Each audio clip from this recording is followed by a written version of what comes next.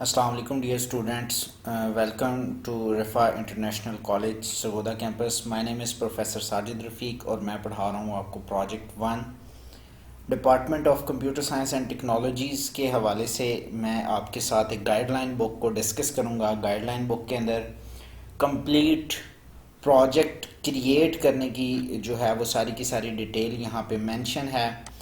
ये जो guideline book है फाइनल ईयर प्रोजेक्ट के रेलिवेंट, इसको तमाम के तमाम स्टूडेंट्स यूज़ कर सकते हैं। एडीपी के स्टूडेंट भी इस गाइडलाइन बुक को यूज़ करते हैं। इसके अलावा बीएससीएस के जो स्टूडेंट्स हैं वो भी इसी गाइडलाइन बुक को यूज़ करते हैं। BS IT and BS software engineering के स्टूडेंट्स भी इसी गाइडलाइन बुक को यूज़ कर सकते हैं। गाइडलाइन बुक का चैप्टर नंबर 1 है बेसिकली हमारे पास final year project proposal. Week 1 के अंदर हमने डिस्कस किया प्रीवियस लेक्चर के अंदर कि हमने एक प्लान फाइंड आउट करना है जिसमें ब्रीफ किया गया आपको कि कौन कौन से प्रोजेक्ट्स जो हैं वो आप क्रिएट कर सकते हैं। उसमें मोस्टली जो मैंने प्रोजेक्ट्स आपको एक्सप्लेन किए उसमें कोई एक वेबसाइट आप डिज़ाइन कर सकते हैं, कोई एक वेब एप्लीकेशन आप क्रिएट कर सकते हैं, डेस्कटॉप एप्लीकेशन क्रिएट हो सकती है, कोई एक मैनेजमेंट सिस्टम आप क्रिएट कर सकते हैं, गेम डेवलपमेंट में आप कोई एक गेम डेवलप कर सकते हैं, मोबाइल एप्लीकेशन डेवलपमेंट्स में आप एंड्रॉयड फ़ोन के लिए कोई एक ऐप डेवलप कर सकती हैं, होम ऑटोमेशंस के ऊपर का आप कोई एक प्रोजेक्ट क्रिएट कर सकते हैं, ई कॉमर्स की कोई एक वेबसाइट आप क्रिएट कर सकते हैं। E commerce electronic banking example के तौर पे जैसे द्रॉज.com है हमारे पास, amazon.com है हमारे पास, या OLX.com की आप एग्जांपल ले सकते हैं। तो इस तरीके की कोई एक आप जो है वो ई कॉमर्स वेबसाइट जो है वो क्रिएट कर सकते हैं। तो डिफरेंट आइडियाज़ आपके साथ शेयर किए गए थे, ब्रीफ किया गया था आपको प्रोजेक्ट के हवाले से कि फाइनल ईयर प्रोजेक्ट 2 फेजेस के ऊपर डिपेंड करता है। प्रोजेक्ट 1 जो कि आप एडीपी 3rd सेमेस्टर में पढ़ते हैं एंड प्रोजेक्ट 2 जो कि आप एडीपी 4th सेमेस्टर के अंदर उसको पढ़ते हैं। तो चैप्टर नंबर 1 हमने स्टार्ट करना है कि किस तरीके से आप अपने प्रोजेक्ट का जो प्रपोजल है वो क्रिएट कर सकते हैं। वीक नंबर 1 में प्रोजेक्ट की ब्रीफिंग के अलावा जो सुपरवाइज़र है उसके हवाले से थोड़ा सा आपको ब्रीफ किया गया था कि प्रोजेक्ट सुपरवाइज़र क्या चीज़ होती है। प्रोजेक्ट मैनेजर के हवाले से आपको थोड़ा सा डिस्कस किया गया था। और उसके बाद नेक्स्ट हमने मेंशन किया था कि किस तरीके से आप एक प्रपोजल क्रिएट करते हैं। तो प्रपोजल के हवाले से यहाँ पे आउटलाइन मेंशन है कि सबसे पहले नंबर पे आप इंट्रोडक्शन जो है वो प्रोवाइड करते हैं। इंट्रोडक्शन में बेसिकली आप अपने आइडिया को एक्सप्लोर कर रहे होते हैं कि वो कौन सी चीज़ है जो आप क्रिएट करना चाह रहे हैं as a final year project. वो कोई वेबसाइट है या वेब एप्लीकेशन है या एंड्रॉयड ऐप है। प्रोजेक्ट टाइटल के अंदर बेसिकली आप क्या करते हैं, उसका कोई एक नेम डिफाइन करते हैं। नेम जो है वो बहुत ज़्यादा शॉर्ट टर्म्स के अंदर होना चाहिए, एक वर्ड का या 2 वर्ड का बेसिकली आपके पास नेम होना चाहिए। 2 वर्ड से ज़्यादा भी हो सकता है।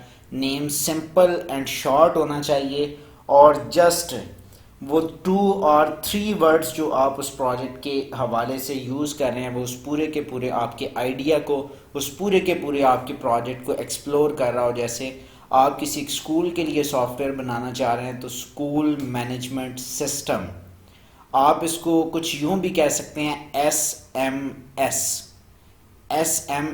S means school, M means management and S means system, school management system।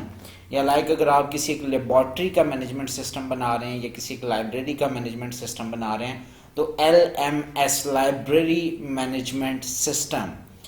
और इसी तरीके से आपने उसका कोई एक शॉर्ट सा नेम डिफाइन करना है। कोई वेबसाइट आप क्रिएट कर रहे हैं तो देखें एक जस्ट वर्ड के अंदर जो है वो उसको मेंशन किया गया है कि OLX।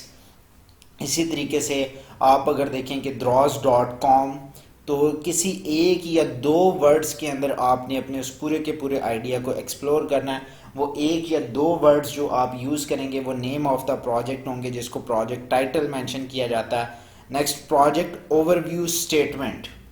ओवरव्यू स्टेटमेंट हमारे पास मैक्सिमम 2 और 3 लाइंस की ओवरव्यू स्टेटमेंट होनी चाहिए और ये 2 और 3 लाइंस प्रॉपर तरीके से डिफाइन करें कि आपका प्रोजेक्ट एक्चुअल में है क्या और किस पर्पस के लिए आपने इस प्रोजेक्ट को क्रिएट किया, यानी कि उस प्रोजेक्ट की वर्किंग को या उसके ऑब्जेक्टिव्स को या उसके गोल्स को जो स्टेटमेंट डिफाइन करेगी वो आपके पास प्रोजेक्ट ओवरव्यू स्टेटमेंट कहलाएगी। प्रोजेक्ट टाइटल के बाद आपने प्रोजेक्ट ओवरव्यू स्टेटमेंट क्रिएट करनी होती है। ये मैक्सिमम 2 और 3 लाइंस होनी चाहिए, इससे अबव नहीं होनी चाहिए। और 2 और 3 लाइंस को जब कोई रीडर रीड करे, जैसे ही वो आपकी प्रोजेक्ट ओवरव्यू स्टेटमेंट को रीड आउट करे तो उसके माइंड के अंदर एक एक्चुअल सिनेरियो, एक एक्चुअल स्टोरी क्रिएट हो जानी चाहिए कि आप जो प्रोजेक्ट क्रिएट कर रहे हैं बेसिकली वो प्रोजेक्ट है क्या, उसके ऑब्जेक्टिव्स क्या हैं और उसको किस पर्पस के लिए क्रिएट किया जा रहा है। Further project goals and objectives define करते हैं कि वो जो प्रोजेक्ट है वो किस पर्पस के लिए क्रिएट किया जा रहा है। और एंड ऑफ द सेशन जैसे ही आपका ये प्रोजेक्ट कंप्लीट होगा तो जो गोल्स एंड ऑब्जेक्टिव्स आपने इस प्रपोजल के अंदर डिफाइन किए होंगे, आपके प्रोजेक्ट के लिए ज़रूरी है कि वो उन गोल्स एंड ऑब्जेक्टिव्स को क्या करे, फुलफिल करे। जैसे एग्जांपल के तौर पे मैंने मेंशन किया कि आप किसी एक स्कूल का मैनेजमेंट सिस्टम क्रिएट करना चाहते हैं, तो स्कूल का मैनेजमेंट सिस्टम क्रिएट करने के हवाले से रेलेवेंट गोल्स क्या होंगे, उसमें जो है वो रजिस्ट्रेशन का जो है रिकॉर्ड भी होना चाहिए, एग्ज़ाम्स का रिकॉर्ड भी होना चाहिए, अटेंडेंस का रिकॉर्ड्स भी होना चाहिए, एग्जामिनेशन सिस्टम सारे का सारा लॉन्च होना चाहिए। इसके अलावा रिजल्ट्स का सिनेरियो होना चाहिए, टीचर्स की सैलरीज, अकाउंट्स वगैरह के रेलिवेंट सारी की सारी डिटेल होनी चाहिए। तो फिर जाके वो एक full fledge school management system बनेगा। तो उसके ऑब्जेक्टिव्स क्या होंगे कि उसमें एक स्कूल के जितने भी प्रॉस्पेक्टिव्स होते हैं वो सारे के सारे प्रॉस्पेक्टिव्स क्या होने चाहिए, फुलफिल होने चाहिए। फिर हाई लेवल सिस्टम कंपोनेंट्स हैं। हाई लेवल सिस्टम कंपोनेंट से मुराद कि जो कंपोनेंट्स आप उस सिस्टम के लिए यूज़ कर रहे हैं उसके अलावा अगर आप कुछ एडिशनल कंपोनेंट्स उसमें यूज़ करना चाहें तो आप एडिशनल कंपोनेंट्स को भी यूज़ कर सकते हैं। List of optional functional units, कुछ ऑप्शनल यूनिट्स हमारे पास होते हैं, अगर आप यूज़ करना चाहें तो उन्हें कर सकते हैं, अगर ना भी करना चाहें तो कोई मसला नहीं, ये ऑप्शनल होते हैं।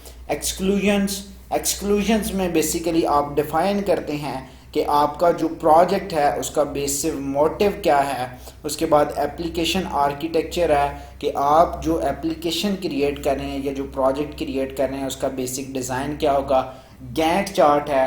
गैंट चार्ट के अंदर बेसिकली जिस तरीके से हमने प्रीवियस लेक्चर के अंदर डिलीवरेबल्स की बात की थी, आप अपने प्रोजेक्ट को छोटे छोटे मॉड्यूल्स में, छोटे छोटे फंक्शन में या छोटे छोटे टुकड़ों में डिवाइड करते हैं और गैंट चार्ट के अंदर आप डिफाइन करते हैं उसका टाइम आउटलाइन कि कितने टाइम के अंदर आप एक डिलीवरेबल को कंप्लीट करेंगे और उसके बाद आपने उसको डिलीवर करना है। फिर नेक्स्ट डिलीवरेबल को कितने टाइम ड्यूरेशन के अंदर आप कंप्लीट करेंगे और आपका जो कंप्लीट प्रोजेक्ट है वो कितने टाइम ड्यूरेशन के अंदर कंप्लीट होगा। इसको आप बेसिकली कुछ यूं डिफाइन कर सकते हैं कि आप अपने प्रोजेक्ट की टाइमलाइन क्रिएट करते हैं using Gantt chart. Next hardware and software specifications है कि आप अपने इस प्रोजेक्ट के लिए कौन कौन से हार्डवेयर कंपोनेंट्स को यूज़ करेंगे, कौन कौन से सॉफ्टवेयर कंपोनेंट्स को आप यूज़ करेंगे। इस प्रोजेक्ट की जो एक्सपेक्टेड कॉस्ट है वो क्या होगी कि इस प्रोजेक्ट को क्रिएट करने के लिए जो मटेरियल्स आपको परचेज़ करना पड़ेगा वो उसकी कितनी कॉस्ट अमाउंट होगी, कौन से वर्जन्स के आप सॉफ्टवेयर यूज़ करेंगे, हार्डवेयर कंपोनेंट्स की स्पेसिफिकेशंस क्या होंगी। Further tools and technologies used with reasoning कि कौन कौन से टूल्स एंड कौन कौन सी टेक्नोलॉजीज़ को आप यहाँ पे क्या करेंगे, यूज़ करेंगे इस प्रोजेक्ट के अंदर। टूल्स में बेसिकली जैसा कि मैंने मेंशन किया कि आप कौन सी प्रोग्रामिंग लैंग्वेज यूज़ करेंगे, सी यूज़ करेंगे, C++ यूज़ करेंगे, जावा यूज़ करेंगे या वेब डिज़ाइनिंग की कोई लैंग्वेज यूज़ करेंगे, तो ये टूल्स होंगे। एंड टेक्नोलॉजीज़ के अंदर आप मेंशन करते हैं कि आप कौन सा आर्किटेक्चर या कौन से स्किल्स यूज़ करते हैं। यूज़ केस डायग्राम को आप यूज़ करते हैं, क्लास डायग्राम आप यूज़ करते हैं, एंटिटी डायग्राम आप यूज़ करते हैं, एक्टिविटी डायग्राम आप यूज़ करते हैं या सीक्वेंस डायग्राम आप यूज़ करते हैं। तो जिन टूल्स एंड टेक्नोलॉजीज़ को आपने यूज़ करना है विद रीज़न आप मेंशन करेंगे कि आप कौन कौन से टूल्स एंड टेक्नोलॉजीज़ यूज़ कर रहे हैं और उनकी बेसिक रीज़न्स क्या हैं। ये हमारे पास चैप्टर नंबर 1 है। Final project proposal, final year project का प्रपोजल आप किस तरीके से क्रिएट करते हैं। अब इसमें मैंने एक चीज़ मेंशन की, गैंट चार्ट। अब हम गैंट चार्ट की एक एग्जांपल यहाँ पे डिटेल के साथ डिस्कस करते हैं कि एक्चुअल में गैंट चार्ट जो है वो हमारे पास क्या चीज़ होती है। गैंट चार्ट को यहाँ पे अगर मैं आपके सामने मेंशन करूँ तो ये इसका एक सैम्पल है, स्मार्ट प्लग। अब स्मार्ट प्लग, ये जो टॉप के ऊपर चीज़ मेंशन है, ये बेसिकली उस प्रोजेक्ट का नाम है। आप किसी एक स्कूल मैनेजमेंट सिस्टम को क्रिएट कर रहे हैं तो आपका यहाँ पे SMS होगा या स्कूल मैनेजमेंट सिस्टम होगा। उसके बाद आपने अपने प्रोजेक्ट की डिटेल यहाँ पे एंटर करनी होती है। अब यहाँ पे ये सारे के सारे बेसिकली आपके डिलीवरेबल्स हैं। देखें स्टार्टिंग डेट क्या है, एंडिंग डेट क्या है, डिस्क्रिप्शन के कौन सा टास्क है और नंबर ऑफ डेज़, कितने नंबर ऑफ डेज़ के अंदर आपने उस टास्क को क्रिएट करना है। जैसे मैंने यहाँ पे मेंशन किया कि 11 डेट है फर्स्ट मंथ 2017 एंड 11/20/2017 के 11 बल्कि 11 मंथ है कि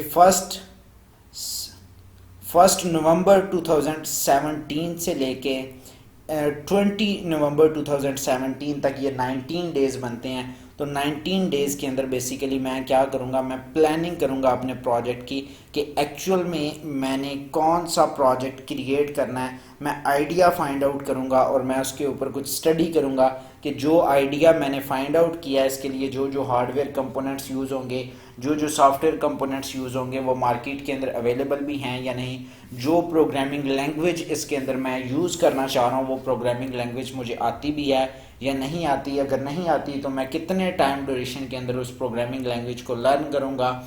फर्दर आप उसकी पूरी की पूरी डिटेल के कितनी कॉस्ट के अंदर ये प्रोजेक्ट जो है वो क्रिएट होगा, इसके ऊपर जो एक्सपेक्टेड कॉस्ट होगी, क्या मैं वो कॉस्ट अफोर्ड भी करता हूँ या अफोर्ड नहीं करता। नेक्स्ट मैंने यहाँ पे मेंशन किया है कि 20 सितंबर से लेके 27 सितंबर तक 7 डेज़ के अंदर मैं मीटिंग ऑफ द प्रोजेक्ट, यानी कि मैं अपने प्रोजेक्ट का एक सुपरवाइज़र फाइंड आउट करूँगा और उस सुपरवाइज़र से मैं 1 या 2 मीटिंग्स करूँगा कि क्या वो उस प्रोजेक्ट के हवाले से मेरी हेल्प कर सकता है, मेरे प्रपोज़ल के अंदर कुछ इश्यूज़ तो नहीं है, मेरा आइडिया परफेक्ट है। ऐसा ना हो कि मैं प्रोजेक्ट क्रिएट करूं और प्रोजेक्ट क्रिएट करने के बाद मेरे आइडिया के ऊपर ऑब्जेक्शन हो जाएगी, ये जो प्रोजेक्ट आपने क्रिएट किया ये तो एक्सेप्टेबल है ही नहीं। फिर सितंबर 22 से लेके जो है वो दिसंबर 5 तक 13 डेज़ बनते हैं। इन 13 डेज़ के अंदर मैं अपने प्रपोज़ल को सबमिट करवाऊंगा और उसकी एक्सेप्टेंस करवाऊंगा। अपना जो प्रोजेक्ट मैनेजर होगा, जैसे कि आप लोगों का प्रोजेक्ट मैनेजर मैं हूँ, creating and finalising the project timeline. देखें यहाँ पे मैं उसकी सारी की सारी डिटेल प्रोवाइड कर रहा हूँ कि फर्स्ट नंबर पे planning of project, meeting of project, proposal submission and acceptance के मैं उस प्रपोजल को सबमिट करवाऊंगा और उसको एक्सेप्ट करवाऊंगा। अगर एक्सेप्ट नहीं होता, लाइक रिजेक्ट हो जाता है, तो अगेन मुझे प्लानिंग ऑफ द प्रोजेक्ट के ऊपर रिवर्स जाना पड़ेगा, मीटिंग ऑफ प्रोजेक्ट होगी और again proposal submission and acceptance होगी। तो ये तीनों स्टेप्स जो हैं ये अगेन मुझे परफॉर्म करने पड़ेंगे। उसके बाद creating and finalising the project timeline, ये जो चीज़ है बेसिकली जो आपको गैंट चार्ट के थ्रू डिस्प्ले करवाई जा रही है, ये प्रोजेक्ट टाइमलाइन ही है कि कितने टाइम ड्यूरेशन के अंदर मैं कौन सा टास्क जो है वो कंप्लीट करूंगा और कंप्लीट करने के बाद मैं उसे अपने प्रोजेक्ट मैनेजर को डिलीवरेबल करूंगा। इसे डिलीवरेबल्स भी कहा जाता है। ये बेसिकली यहाँ पे डिलीवरेबल्स मेंशन हो रहे हैं। तो जब मेरी टाइमलाइन फाइनल हो जाएगी, ये जो गैंट चार्ट मैंने क्रिएट किया है बेसिकली ये उसी की टाइमलाइन को इंडिकेट करता है। फिर फर्दर इसके अंदर creating and finalising the project timeline के बाद वर्किंग ऑन आर्डिनो बेसिकली एक डिवाइस है जो कि मेरे प्रोजेक्ट के अंदर यूज़ होगी। मेरा प्रोजेक्ट था स्मार्ट प्लग, तो स्मार्ट प्लग के अंदर कुछ हार्डवेयर कंपोनेंट्स यूज़ होते हैं, कुछ सॉफ्टवेयर कंपोनेंट्स यूज़ होते हैं। तो जब मेरी टाइमलाइन क्रिएट हो जाएगी तो फिर मैं लर्निंग स्टार्ट करूँगा अपने प्रोजेक्ट के सॉफ्टवेयर कंपोनेंट्स के ऊपर या हार्डवेयर कंपोनेंट्स के ऊपर या जिस लैंग्वेज को मैंने उस प्रोजेक्ट के अंदर यूज़ करना है। अगर मुझे वो लैंग्वेज नहीं आती तो मैं उस लैंग्वेज के ऊपर क्या करूँगा, वर्किंग स्टार्ट करूँगा। और वर्किंग के बाद वर्किंग ऑन इलेक्ट्रॉनिक्स, मैंने इलेक्ट्रॉनिक्स की कुछ डिवाइसेस को यूज़ किया था। टेस्टिंग प्रोजेक्ट प्रोटोटाइप इन वर्चुअल एनवायरनमेंट, अपना जो आप प्रोजेक्ट क्रिएट कर रहे हैं उस प्रोजेक्ट को क्रिएट करने के बाद आपने उसकी टेस्टिंग भी करनी है। तो टेस्टिंग के लिए आप किसी एक सॉफ्टवेयर या किसी एक एनवायरनमेंट को यूज़ करेंगे। यहाँ पे आप उसको स्टडी करेंगे कि वो एनवायरनमेंट एक्चुअल में किस तरीके से काम करता है। उसके बाद आप उस प्रोजेक्ट के डिज़ाइनिंग करेंगे और डिज़ाइनिंग के बाद बेसिकली आप उसके ऊपर सारी की सारी वर्किंग जो है वो परफॉर्म करेंगे।